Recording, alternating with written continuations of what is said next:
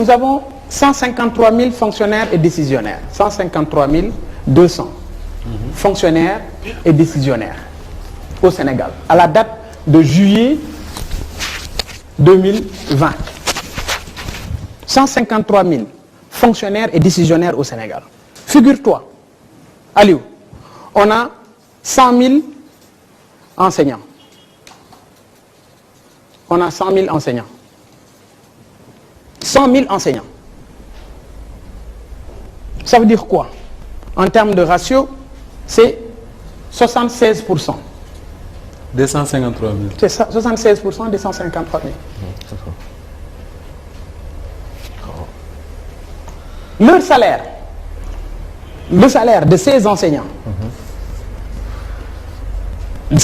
d'abord, le salaire de ces enseignants du moins, le salaire de ces enseignants, tu as 31 000 qui sont dans le moyen secondaire,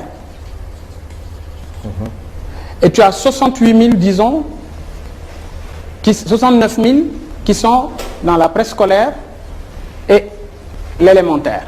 Moi, instituteur. Instituteur. Oui. Alors, nous, notre objectif, c'est de dire, ces enseignants, il faut les sortir de la précarité. En quoi faisant?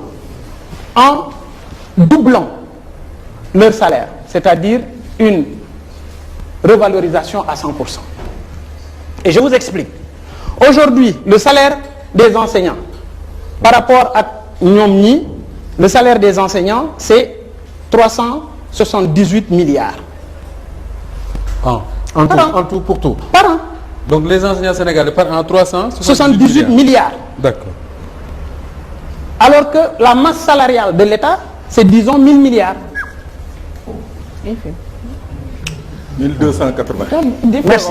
1280. 1200 milliards, si tu veux. Défal le ratio. Donc ce qui veut dire que... Ça fait même pas... Ce qui veut dire que 53 200 environ, nous avons quelques 700 et quelques... Non, ça fait même pas 40%. Presque. Ça fait même pas 40%. Ça fait même pas 40% de la masse salariale de l'État. Alors, les gens qui veulent école publique, c'est pas possible. Parce que full la lune enseignants. Donc nous on dit les enseignants doivent revaloriser son salaire à 100%. Pour revaloriser à 100%, il va falloir corriger. Mais il faut corriger. Comment corriger? Alors je m'explique. Oui. Maintenant, pour le moyen secondaire, on dit on revalorise à 50%. Et je vous dis, l'argent est là. Et je vais vous prouver comment l'argent est là. Je vais y revenir. Pour vous prouver que l'argent est là. Imaginez, en 2020, ce qu'on appelle les dépenses fiscales de l'État. Les dépenses fiscales de l'État s'élèvent à 580 milliards. 580 milliards. Les dépenses fiscales de l'État, moi, exonération, nous bal, une grande société, de grandes sociétés, nous bal, exonérer. 580 milliards. 580 milliards.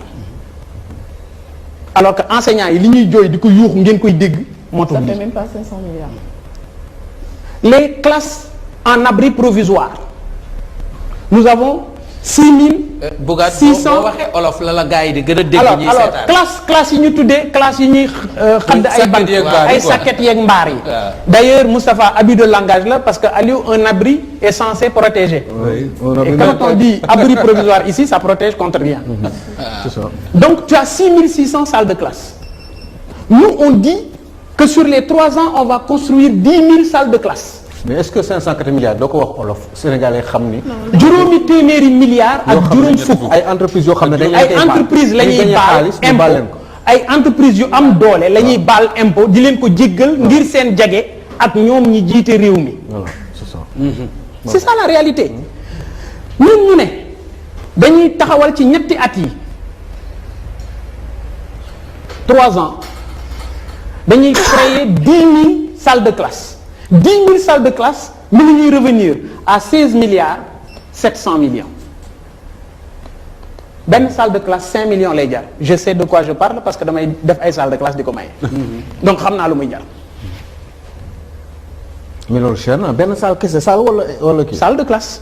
mais salle ak kii noonu rek c'est rien ñaar 4 murs la.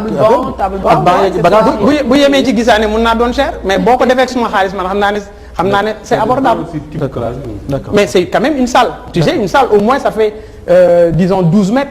12 mètres carrés. 12 de long sur peut-être 8 9 non 9 peut-être de large. Et boo ko et doo ko dalee sax d'ailleurs tu es obligé def ci fibrociment ou quelque chose comme ça. Okay, alors ça te fait 5 millions. Donc sur les 3 ans ça te fait 50 milliards. 50 milliards sur 3 ans alors que ñu ngi baal ay nit 580 milliards par an. Ouais.